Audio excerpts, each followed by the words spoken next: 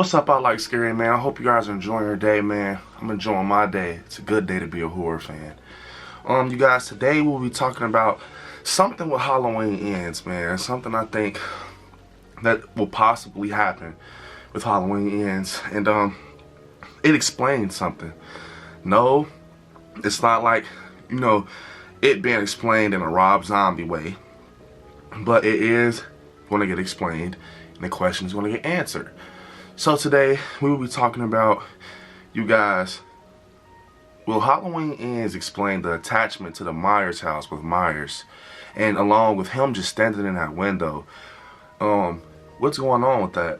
I'll tell you guys what I think. So, you guys, get ready for this, because it's going to get crazy. So, I feel, you guys, with Michael Myers, it's almost like, you remember what Hawkins said in Halloween Kills? He said, he's a little boy. I can't remember exactly what he said, but he said, he's a grown man with a little boy's mind, or he's a little boy in a grown man's body, or something like that. And I really feel that's true. Because when you think about it, man, the way Michael thinks is out of this world crazy. For instance, when he freaking put the nurses on the little spinny thing in the park with the masks, he decorated them. He thinks stuff like that is funny almost, it seems. And same with Little John and Big John, how he put them up in the picture. That's something a kid will do. You know what I'm saying? I feel, you guys, that it's almost like, people say this, you guys, I talked about this a few lives ago, that Michael never runs. But he does. He doesn't run, but he gets up out of the situation quick. When Hawkins shot at him in the flashback scene after he killed his partner, what did Michael do? You see him just walking down the stairs. And then, when in 2018, when Hawkins shoots at him after the situation happened with the babysitter and Julian, Michael walks out, but he walks into Lori. Lori even sees him. What does he stop? What does he keep doing? He keeps walking. Lori even shoots him in the shoulder. He keeps walking. It's like, you guys, I was telling some people from the horror class that I feel like Michael is almost like, he's like, I can't deal with this right now, I have to leave. Like, maybe Michael has sometimes he has to, I know he's a killing machine, he's pure evil, but it's almost like sometimes he doesn't want to deal with anyone. You know, if you go back to Halloween Kills, he killed everybody that stood in that spot in the window. You know what I'm saying? He killed Karen.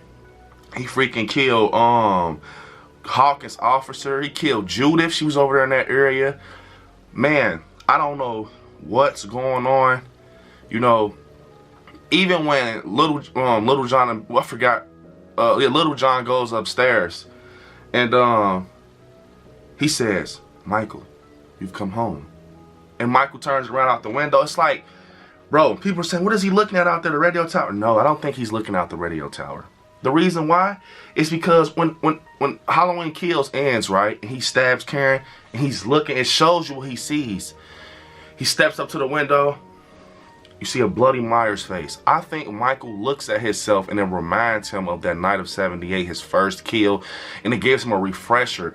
Like, it almost not charges him up, but it reminds him of the evil. You know what I'm saying? I think Michael, I know a lot of this is being, kind of like, oh my God. I think it's almost possible that, you guys, Michael can be possessed, not in a Conjuring type way, but like he's almost like his body's taken over by evil. And I think it was something we will find out. I think he's pure evil. I think it's not nothing you can study on. I think it's the way his mind looks at things. They're going to show us it's a way that his mind looks at things.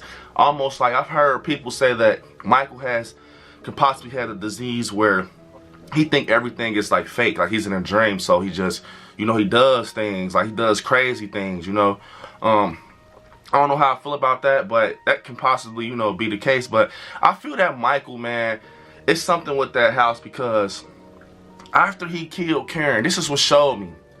Before he killed Karen, right?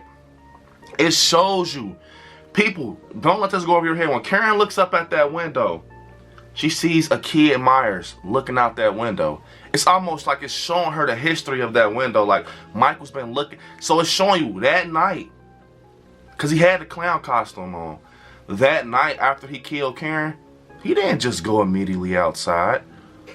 after he killed Judith. I think that's what they were showing Karen. You know, like a flat, I don't know, like maybe she's seen something, you know, I don't know, I don't get that, but, or maybe I was saying maybe it was Myers, you just seen the kid version of him in the window. I think it was showing you that it's something with that window, because look, bro, that was the same night he killed Judith when you think about it, because he had that clown costume on. You could see the ruffles by his neck. And right after that, Karen goes upstairs. She stands in the window to see what Michael is looking at, obviously, and he kills her. It's cursed. It's something that he sees that we will never know, you guys. I'm not saying that it's like he's like, don't, you know, start trying to come at my neck or anything, but I think it's something with the window, man. It's like when he sees himself, maybe when he sees himself and he sees the mask covers up his innocence. You know, it covers his innocence. That's why he hides his face and he feels like something new. You know, almost like how Rob Zombie tried to explain it when Myers was like, you know, I don't know, I don't like my face. Like, I like hiding my face. Like, maybe, bro, real talk, you guys, maybe when Michael puts that mask on, it hides the innocence of him. You know, it hides the innocence of him. Because think about it. When you go to Halloween Kills, the ending, when he's in the middle of the street with the mobbers, yes, Michael has killed without the mask, you guys. Yes. You know, he has for sure killed without the mask. But I feel like the mask is almost like, it makes him feel, you know that feeling, you guys. Have you ever cosplay as Michael or dressed up as Halloween? You almost feel like you're in a character spiritually. Like you're the character, you become the character. I feel Michael knows the damage he can do with this mask. He knows that this mask makes him like, he's a monster without it, but it's like, he knows. And it's almost like back, like I said with Rob Zombie, like maybe Michael puts that mask on to hide his face and it feels like, you know, he's someone else. Because once he puts this mask on in the mob scene, he looks, soon as he puts it on, and then he, you know, it's like he turns into this machine. Like he's already a pure evil, just beast. He's a killer. But once he puts this mask on, it's like, you know what I'm saying? I think it almost like, it's not even nothing like too paranormal. It's like an evil voice or something that, you know, when people have mental issues, they hear things. I think Michael really just feel with this mask, he's unstoppable. And he knows it. That's why he picks it up. That's why when, you know, when freaking Lindsay's trying to wrestle, he pushes her off. Because it's almost like, you know, Michael got his mask took off by force in these movies. He didn't take them off. You don't just see Michael take his mask off in Halloween 5. People are snatching it off of him, and he goes after them. Bro, when he got stabbed in the back by the pitchfork, he completely forgot about Allison, went straight to Karen.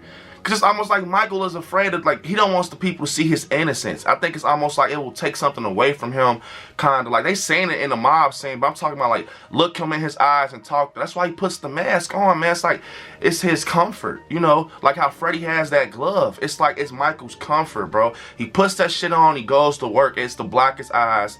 And I do feel that it's something with it, though. Like, I do feel like it's like a feeling or some type of adrenaline rush when he puts it on or something, and it just hides him. And I don't think it's going to be something out of this world crazy that people are thinking, you know, I play around with the Silver Shamrock theory because that's cool, though. I think it'll clean up a lot of stuff, but in all reality, you know, my golden theory is to just keep it 78-ish and keep that, you know, that storyline clean and nothing out of this world. But I definitely feel it's going to be something that's like saying that, you know, he wants to hide his innocence, and you know, that mask does the job because he feels that he's a kid still. You know, Michael does stuff like as a kid. The whole movie, it's like he wants to go home. When you think about it, when Dr. Sartain and Hawkins was in a car with Allison, Michael's on his way home until they stopped him.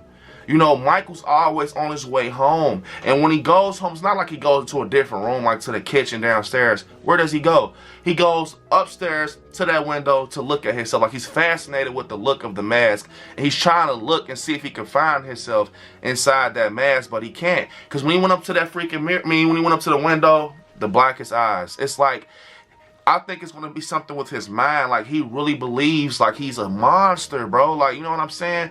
And that's why when he took the mask off, it's like he was just looking. When they took it off, he was just looking at him like, looking at Karen.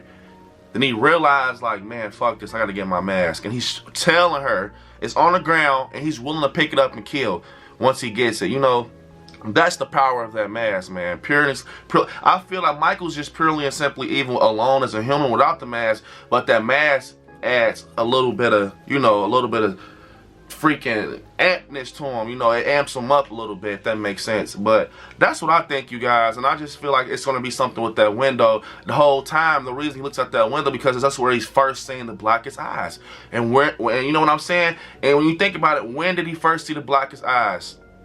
It was when he killed Judith. It was when he killed Judith. Maybe he's seen something scary in that window as a kid. Michael was a kid. He was a baby when he killed Judith. Maybe because when you see Karen look at him, he doesn't have the clown mask on. It's just purely him. So maybe it shows that's where it started. After he killed Karen, he's seen the evilness in him. He's seen the monster in him, so he uses a mask to cover him up. And you know, went back to this before I ended off. When he walks out the house after the flashback scene, the cops, that's Michael. It's Michael Myers. He's just standing there like this, like he shuts down. Like once he's out that window, you know, you gotta think, you guys, once he's out and about, he doesn't kill you until you're in. Michael kills anybody. He's a shark. Once you're around him and his stomping grounds, he's gonna kill you. Get out my way. It's that simple with Michael. But it's like, you gotta think about it, you guys. He like, you know, he shuts down that moment sometimes, you guys. You gotta be honest, bro. He shuts down, but once his mind is on killing, it's there. He's going crazy. Like, he's gonna kill everybody in the house like a shark. But it's like, back to what I was saying, the flashback sounded like it's Michael. He's just standing there, almost like how it was when his mom or his dad pulls the mask off of him in '78. He's just looking with the knife like, damn.